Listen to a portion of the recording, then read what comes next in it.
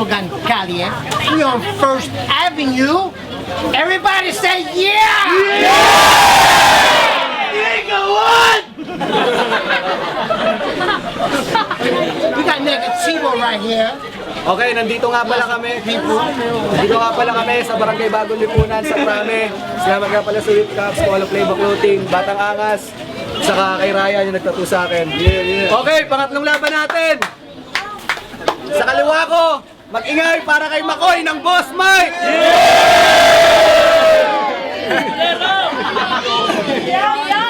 Sa kanan naman, mag-ingay para kay Pistolero! OG Roy, OG Kevin, OG Jinboy na Marlak, OG David, MMC, Hush Music, si Pay Bogi. Unang round, Everybody's ready? para kay Pistolero. Go! Yo! Pangatlong appearance ko na sa Sunugan Kalye at pangalawa sa one-on-one at kagaya nung una, mukhang nangyari na naman na itinapat ako sa kalaban na halos wala akong alam sa pagkakakilanlan. Hindi naman kasi talaga ikaw yung kalaban ko. Umatras lang sa match-up namin si Badang. Kaya alam mo kung ano yung pinakamasakit na maririnig mo? Ginawang option ka lang. At alam ko naman na wala kang sapat na kakayahan para ako ay wasakin. Maaga pa para umatras. Huwag mo na pilitin pang hamakin. Kasi kung tutusin, wala ka naman talagang halaga dito sa laban natin. At kaya ka lang nandito para ma-rouse nila Mike tong araw na to na meron silang napapakain sa akin.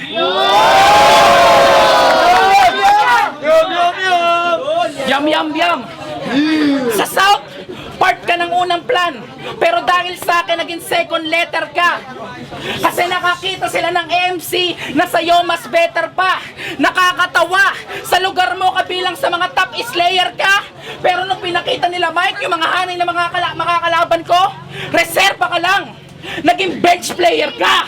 Kaya kung tutusin, nung nalaman ko na ito talaga yung kalaban ko, gusto ko na talagang tumanggi. Di naman kasi talaga kita kilala. Tsaka wala naman akong pake. Naalarma lang ako nung sinabi ng Negatibo na pares daw tayong matindi. At kaya ako lang pinaunlakan to para ipakita sa kanila na hindi ako makakapayag magpakita ka man ng mga sapat na pruweba. Gawin mang kalampagan ng mga tenga namin ng mga pinagmamalaki mong punema. Sabihin mo man na napakarami mo ng kampo na ginera, di ko pa rin nahayaan ang sarili ko maikumpara sa isang mandirigmang reserba.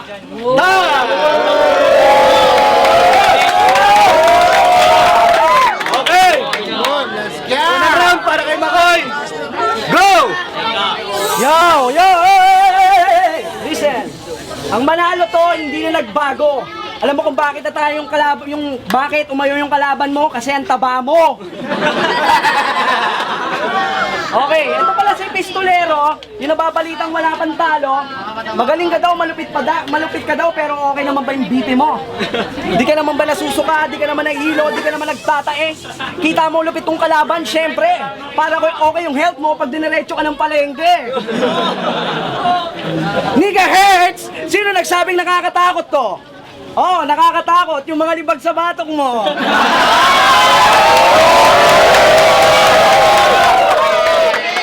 Alam nyo ba ang sekreto kung bakit laging nakakwelyo itong si Pistolero? Para hindi mo makita ng mga tao yung batok niyang kutis malaimpyerno. Hoy, Taong Sebo, mukhang sa akin na high blooding ka ata. Ako ang taba na magpapabara sa puso mong mababa. Tangin na isa kang baboy sa kultura, binaboy ng baboy mong katawan. Kung mabaho si Lord Klein noon, mas mabaho ka kasi amoy to yung semento kang naulanan. Di ba sabi ko sa'yo, para lakasan mo ang busina? Kung kinangin ang arte mo pa, inalo ka na ng bimeg, gusto mo pa yung purina. Kung magkakaasawa to, malas, basta hindi mapalad. Sobrang late ang titi niya, nabalutan ng tabatas, bulbul na lang yung sumasayad. Pero swerte lahat. Teka lang, last. Bigay mo na. Pistolero! Sa sobrang liit daw ng titi ko, bulbul na lang yung sumasayad. Eh nung tinumbukan ko to, umiyak ka agad. Tapos mabaho daw ako, amoy sementong naulanan. Mas mabaho ka, amoy kulog na jeep na naututan.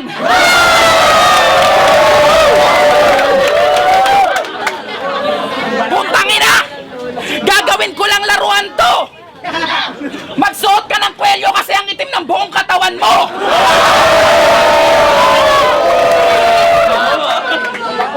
Tapos eto pa!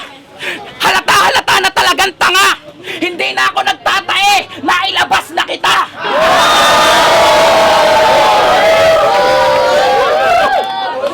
So, balik tayo sa sulat Boss Mike Production. Ang lupit. Ano? Kumwari, boss nyo yung mikropono para makakuha kayo ng simpatya sa tao? Makoy! Basang-basa ko na yung ganyang galawan, gago! Tandaan mo, walang maipagmamalaki yung hanay mo sa akin, tarantado! Kasi yung binubos yung mikropono, iniiwanan kong wasak! Oras na magpasiklab ako sa entablado! At alam kong, iniisip mong makakapagpasikat ka! Nung ako yung makakalaban mo, pwes ngayon pagsisisihan mong humarang ka sa nilalakaran ko. Ang pagiging sabik mo sa papuri at pagtanggap mo sa laban na to, ang pinakamalaking galaw mo, pwes ngayon dugo mo na rin ang pupunan sa matinding pagkauhaw mo. Sa kasikatan at sa papuri sa pag-aakalang ko'y magigiba. Pagkatras, huli na, sana ginawa mo ng pwede pa. Huling araw na nitong gago na to, kaya dapat magbaka-Amerika. Pagkat nahatulan na tong kalbo na to, ako mismo magsisilbing silya elektrika.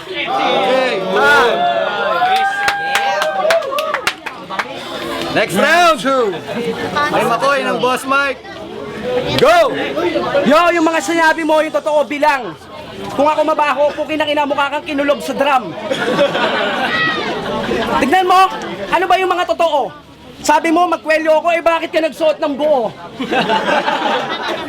Yaw, matanong ko lang, bakit pala plaka mo is pistolero? Dahil meron ka bang pistol na gawa sa yero o pista kayo ng utol mong zero? Yan ang sinasabi ko sa'yo. Kung magpaplaka ka, ibagay mo rin sa sarili mo. Kung ganyan lang din, dapat ginawa mo na lang plaka Tabsi. Kaya lang, Portsy 1. Sabi, alam mo meron ba? Ranchon G. At least iba nakaka-relate ka. Kung kinang ina, buhay ka pa pero yung batok mo na, i-cremate na.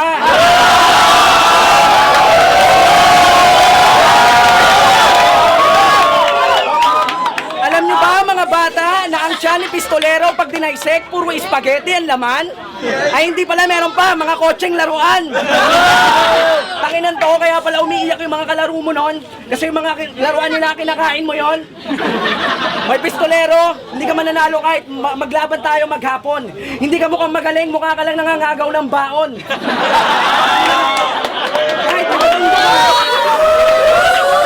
Kahit taga-tundo ka, hindi ka makikilala ka tulad ni Asyong. Yung batok mo sa libag, tanaw na tanaw ko, sing laki ng kaong.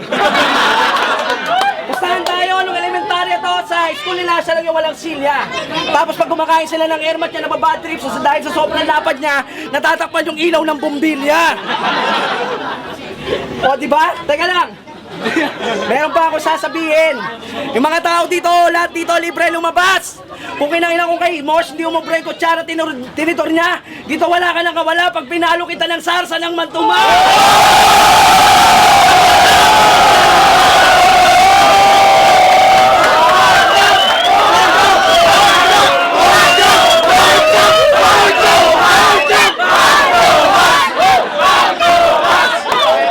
Final round!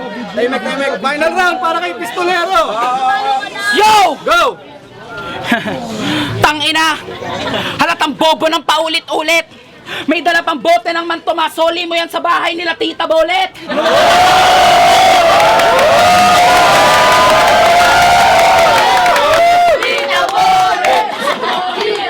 Yo! Bakit nga ba nag-jacket ako? Talagang bobo ay ikaw! Narekomendahan kasi ako ng doktor na pag nakakita daw ako ng tanga sa harapan ko, bigla akong giniginaw. Tapos ano ba yung sinabi nito? Hukin ang ina, mukha daw ako nakulong sa drum. Eh ikaw mukha kang impacto sa dam.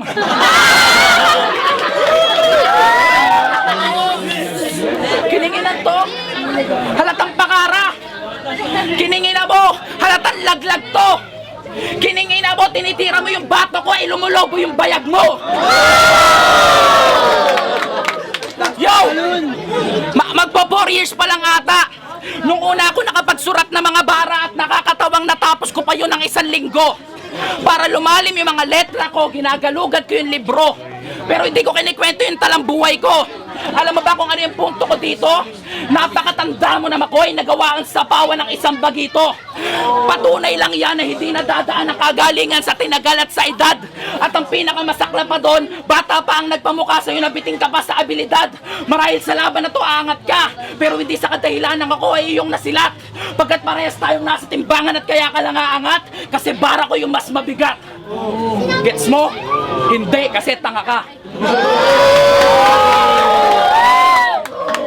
Kaya kung tutuusin, kung kailangan ka pang patulan, tangina wag na. Bago mo tirahin yung bato ko, yung betlog mo may langka. Kiningina mo, tol. Wag ka na magtangka. Mas mabaho ka pa sa mangingisdang nalunod sa dagat na puro isda na nabutas yung bangka. Tanginan to, tol. Yung bayag niya may lisa. Piniprestylean na lang kita. Pag dumudurato sa dagat, namamatay yung mga isda. Tunaw yung mga bones ng talangka. Ubos yung hélice ng mga maliliit na bangka.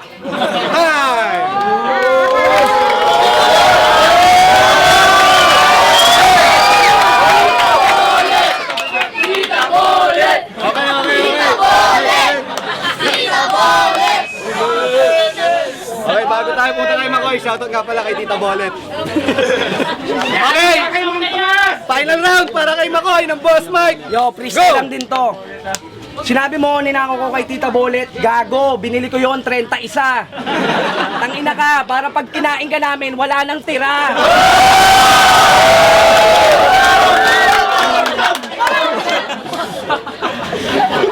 Tanginan to, anong matanda? 24 lang ako, ulol. Eh bakit ikaw? Ba't nagja-jacket ka? Siguro yung batok nito, puro bulbol. Itin mo yan. Yo. Siyempre, naasar na asar ang kupal kasi yung mga tira ko daw, pambata. Eh mas naasar yung jowa niya kasi yung titi niya hindi na humaba. Hoy gago, hindi ka magaling. Oo, magaling pala to. Magaling kumain. Nakakapagpataob daw na mga pagkaing nakahain. Ang lupit mo talaga, pistolero, wala kang katulad. Puking ina yung amoy mo, hindi ko malilimutan, amoy lungad. Kadiri ka, amoy sipong kang may hepa. Pero bakit ba ganito? Ako'y napapateka. Freestyle na nga lang, binabanat ko, buti, nakakatayo ka pa. Kaso mamaya, puking ng ina, walang matitira kasi sunog at tuyo ka pa. Ngayon, etong mga sinasabi ko, wag mong alalahanin. Kasi mamaya, pag natalo ka, lilibre kita, may pagkain sa amin. Okay, ito, since 1996, nakikinig na ako ng rap. Ano mga pinapakinggan ko, gusto mong malaman? Ghetto Dogs, Death Threat, Mad Poets, Oblaks, Chinese Mafia, Stick Figures, Apocalypsis. Madam Aurin. Puking yung ina mo, kabaklaan mo, gusto mo Lady Gaga, Britney Spears. Yung pinakauli, yung Gentleman Remix. Bobo! Isa kang bobong kalahati, tangang kalahati. Tapos, yung titi mo, pugaran ng kalapate. Wala akong paki sa'yo, manalo, matalo, at least nakalabang kita. Pero mamaya yung promise ko, sa bahay mo ay bahay ko, papakainin kita para hindi ka naman lugi, buisit ka. Tangina, araw-araw, sabi ng humingi sa tatay niya, sabi niya, tatay, pengi akong pandate ng jowa namin, sisingit pa, pukin ng ina. Tignan mo naman, wala tong katulad. Oy, pistolero, wag kang uminom ng tubig. Alam ko naman yung taba mo, walang palugid. Gusto mo, kumuha ka ng lubid, magbigti. O, tapos na yung time ko. Alam ko, hindi ka nakiliti.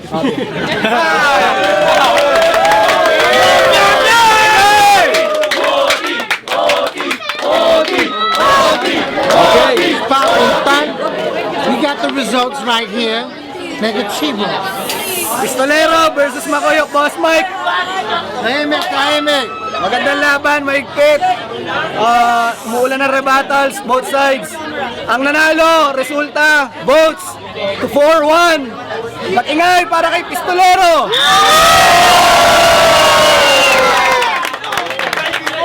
At hindi pa rito natatapos to. Since maganda yung laban, magkakaroon tayo ng promo OT.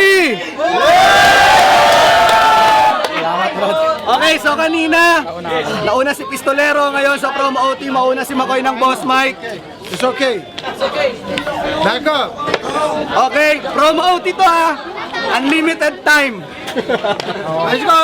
timing nga nila yung sarili nyo. Mga 2 minutes, ganon. Bahala kayo. Okay, from OT. Makoy, Boss Mike. Okay, nakakatawa. Okay kahit talo, maraming salamat dahil nag-request kayo ng OT. Papakita ko sa inyo kung paano ko bugbugin yung pinatabang version ni Clotty. Gusto mong bumaya, takbo ka dito hanggang Bonnie. Tangina, natatawa ako, alam ko pareho tayong hindi groggy. Pero sabi ko sa'yo, pistolero, yung mga banat ko, hindi mo malalaman na para bang palaisipan ni Da Vinci. Tangina yung mga bara mo, lasa ko, kaamoy pa ng kilikili mo, amoy kimchi. Natatawa sila, pero at least napasaya natin. Diba? Ito yung mga rap scene na kayang-kaya kayong gulatin. Yung mga sarili namin, hindi namin bubuhatin. Bagkos, bababa pa kami sa tungtungan. Dahil etong rap battle na to, alay namin sa mga nasunugan. Pero syempre, meron pa akong huling bara. Ito'y sagrado. Huwag na tayo magsunugan tarantado. Total mataba ka rin naman, magsumo na lang tayo.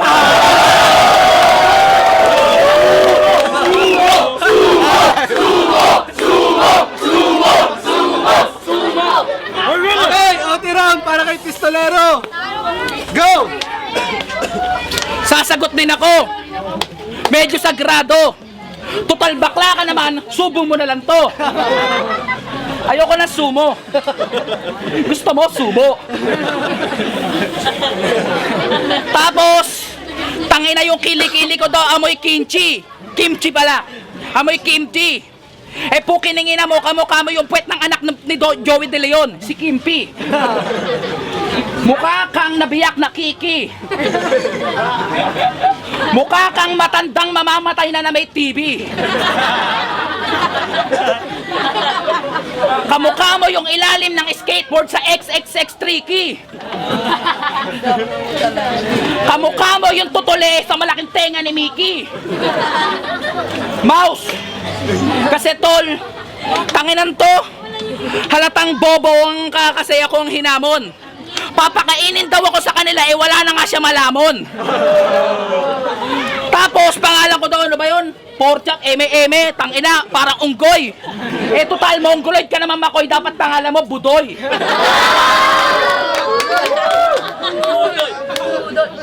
Kaya tol, etong dalawang MC na tong sa sarili nyo, magpapatanggal ng bilib nyo sa sarili nyo. Pukin ang ina. Wala na.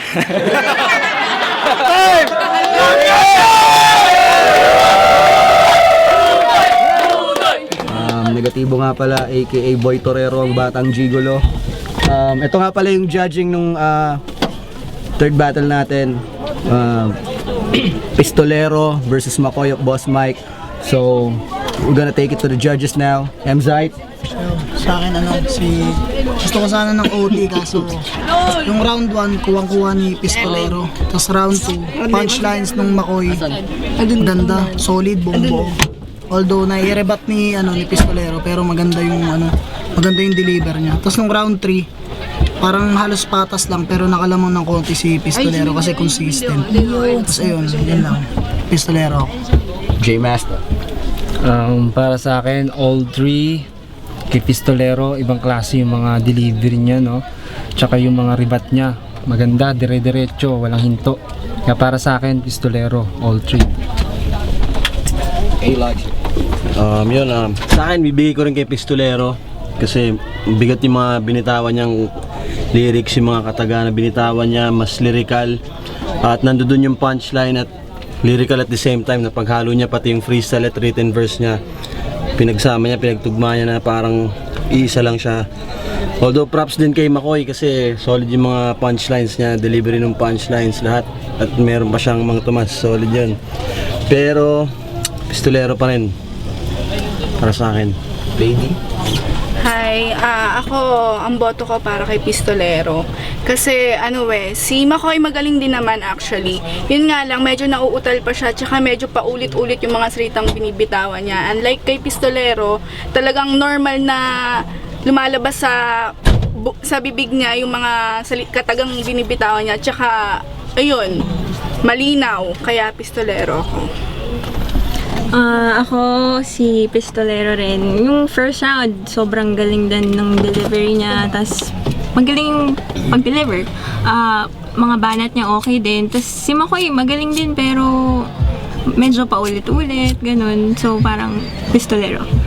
Oo nga pala, correction. Doon sa kanina in-announce ko yung nanalo, Pistolero 4 votes to 1.